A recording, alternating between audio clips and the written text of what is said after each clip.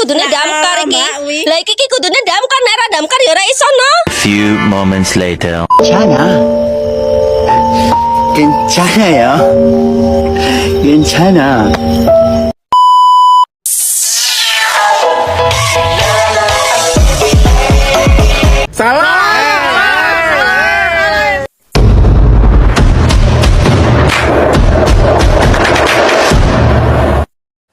Assalamualaikum warahmatullahi wabarakatuh. Di video media pembelajaran kita kali ini, kita akan membahas tentang hukum Newton tentang gerak. Simak video berikut ini.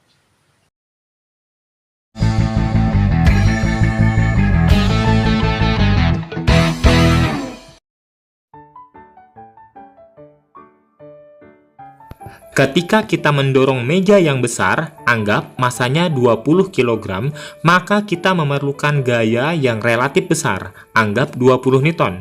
Dan sebaliknya, ketika kita mendorong meja yang masanya lebih kecil, anggap 2 kg, maka gaya yang kita perlukan untuk mendorong meja tersebut sebesar 2 Newton. Hal ini selanjutnya dijelaskan oleh Isaac Newton melalui hukum Newton tentang gerak. Ada 3 hukum Newton tentang gerak yang diperkenalkan oleh Isaac Newton. Yang pertama, hukum ke-1 Newton tentang kelembaman. Selanjutnya, hukum kedua Newton tentang hubungan gaya, massa, dan percepatan. Dan yang terakhir, hukum ketiga Newton tentang aksi reaksi.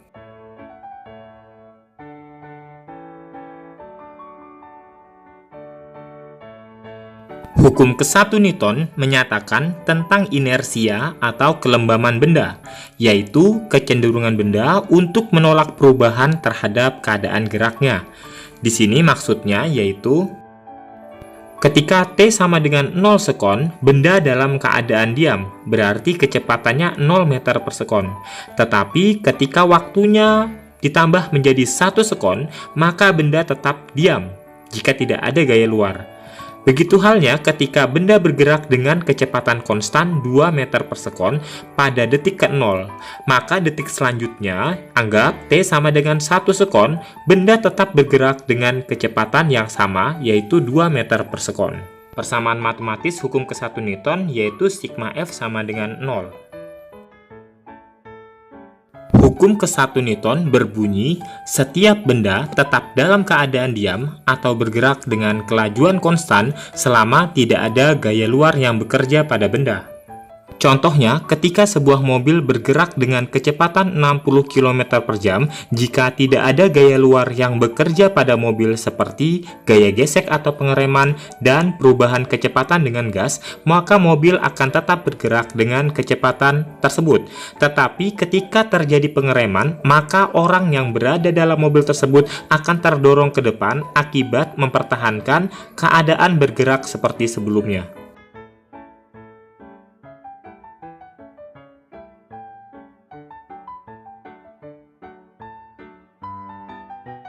Hukum kedua Newton membicarakan tentang hubungan antara gaya, percepatan, dan massa. Hubungan antara gaya dan percepatan dapat dilihat ketika gaya dapat mengubah kecepatan benda hingga menimbulkan percepatan. Ketika dua buah gaya bekerja pada sebuah benda dengan arah yang sama, maka terjadi penambahan kecepatan dan muncul yang namanya percepatan yang berarti plus. Sementara ketika dua gaya ini dengan arah berlawanan, maka terjadi pengurangan kecepatan dan muncul yang namanya perlambatan dengan tanda negatif. Sementara massa merupakan ukuran kelembaman suatu benda, yaitu tingkat kesukaran benda untuk digerakkan. Di sini hubungan antara gaya dan massa dapat dilihat dengan ilustrasi gambar berikut. Ketika sebuah benda bermassa 100 kg didorong, maka kita membutuhkan gaya yang relatif lebih besar.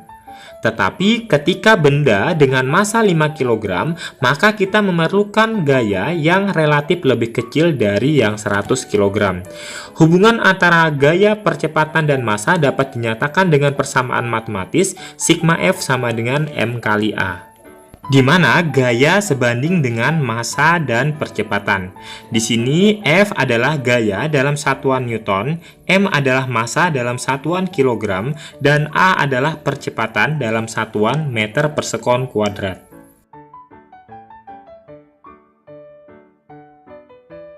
Hukum kedua Newton berbunyi, percepatan yang dihasilkan oleh resultan gaya yang bekerja pada suatu benda berbanding lurus dengan resultan gaya itu dan berbanding terbalik dengan massanya.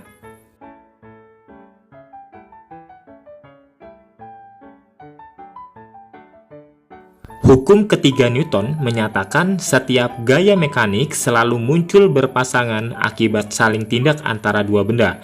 Contohnya, bila benda dikenai gaya oleh orang, maka orang akan dikenai gaya yang sama oleh benda, tetapi berlawanan arah. Pasangan gaya ini selanjutnya disebut gaya aksi-reaksi. Secara matematis, hukum ketiga Newton dinyatakan dengan F aksi sama dengan min F reaksi.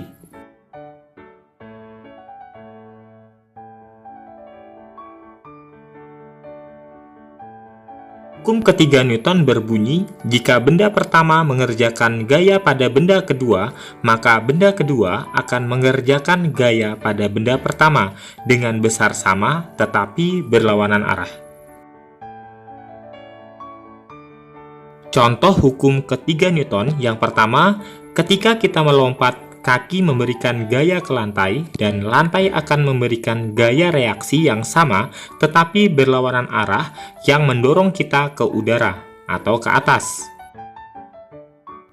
Contoh kedua, ketika peluru pada pistol ditembakkan, maka pistol akan mengerjakan gaya reaksi ke arah berlawanan dari gerak peluru.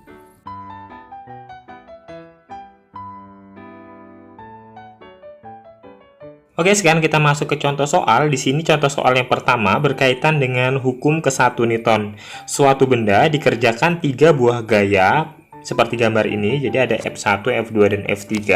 Nah, jika benda dalam keadaan diam, tentukan besar gaya F3. Jadi kita lihat di sini F2-nya arahnya ke kanan, sementara F1 juga ke kanan. Jadi F2, F1 ini searah, sementara F3 ini arahnya berlawanan atau ke arah kiri. Jadi berdasarkan hukum ke-1 Newton, kita mengenal persamaan sigma F sama dengan 0. Ya, jadi dari sini kita bisa lihat resultan gaya yang bekerja tinggal kita jumlahkan sesuai dengan arah panahnya. Jadi F1 ke kanan positif, F2 ke kanan juga positif, kemudian F3 ke kiri berarti kita anggap negatif, sama dengan 0. F1 nya nilainya 15, sementara F2 nya 20, maka F3 kita pindah ruas dulu ya, sama dengan F3. Jadi nilai F3-nya sama dengan 35 Newton. Seperti ini. Contoh soal nomor 2, di sini ada sebuah gambar yang menunjukkan sebuah benda bermassa 10 kg yang tergantung pada seutas tali. Jika percepatan gravitasi 10 meter per sekon kuadrat, hitunglah besar gaya tegangan tali yang bekerja pada benda. Karena bendanya tergantung dan benda ini memiliki massa, maka pada benda ini muncul yang namanya gaya berat yang arahnya ke bawah. Karena ada gaya berat ke bawah, maka talinya kan otomatis menegang. Karena talinya menegang, ada gaya tegangan tali yang kita tulis dengan lambang T. Dari sini, karena bendanya tetap diam di tempat, tidak bergerak kemana-mana ya, tergantung doang, berarti kita bisa menggunakan persamaan hukum ke-1 Newton, sigma F sama dengan 0. Kita anggap ke bawah itu positif mengikuti gaya gravitasi, W min T sama dengan 0. Gaya berat itu rumusnya massa dikalikan percepatan gravitasi. T-nya kita pindahkan ke ruas karena pertanyaannya adalah gaya tegangan tali. Jadi T-nya harus dipindahkan ke ruas sebelahnya dulu. Kemudian jadinya seperti ini. Jadi T sama dengan M-nya 10 kg, G-nya 10. Berarti nilainya sama dengan 100 Newton untuk gaya tegangan talinya. Sekarang kita masuk ke contoh soal nomor 3. Dua buah gaya masing-masing 50 Newton bekerja pada benda 20 kg seperti gambar. Pertanyaannya, resultan gaya yang bekerja dan percepatan. Oke, dari gambar ini kita bisa melihat bahwa ada gaya F1 ke kanan dan F2 ke atas. Maka kalau misalnya ada dua buah gaya yang tegak lurus seperti ini, kita bisa mencari resultannya. Resultannya ke arah sini ya. Ini F resultan. Nah, jadi kita anggap aja seperti ini. Nah, jadi F resultannya itu kalau tegak lurus berarti F resultan. Kita bisa menggunakan rumus cosinus, tetapi di sini karena tegak lurus, cos 90 itu kan 0. Berarti kita langsung aja menggunakan kalau tegak lurus F1 kuadrat ditambah F2 kuadrat. Berarti nilainya sama dengan F1-nya diketahui 50 Newton ya. 50 pangkat 2, sementara F2-nya juga 50 pangkat 2. Berarti jawabannya berapa? 2 kali 50 pangkat 2. Berarti 50 akar 2 Newton. Ini baru gaya, resultan gayanya bagian A. Yang kedua, kita mencari percepatan. Untuk mencari percepatan, kita bisa menggunakan rumus hukum kedua Newton. Sigma F sama dengan M dikali A. Resultan gayanya 50 akar 2, sementara masanya 20 kg. A-nya yang kita cari. Jadi, A atau percepatannya sama dengan 50 akar 2 dibagi 20. Atau sama dengan berapa? 5 per 2 akar 2 meter per sekon kuadrat. Sekarang kita masuk ke contoh soal nomor 4. Di sini ada 3 gaya bekerja pada balok bermasa 5 kg yang sedang bergerak. Hitung percepatan balok. Berarti kita menggunakan konsep resultan gaya dan percepatan lagi ya. Berarti di sini hukum kedua Newton lagi.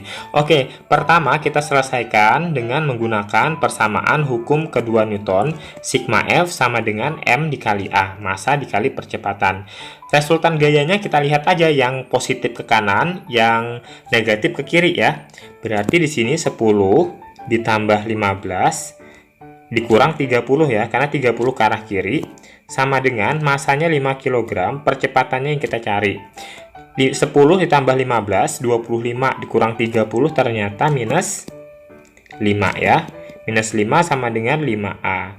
Maka A-nya sama dengan minus 5 dibagi 5. Ini dipindahin jadi dibagi. Jadi jawabannya minus 1 meter per sekon kuadrat. Jadi kita katakan ini sebagai perlambatan.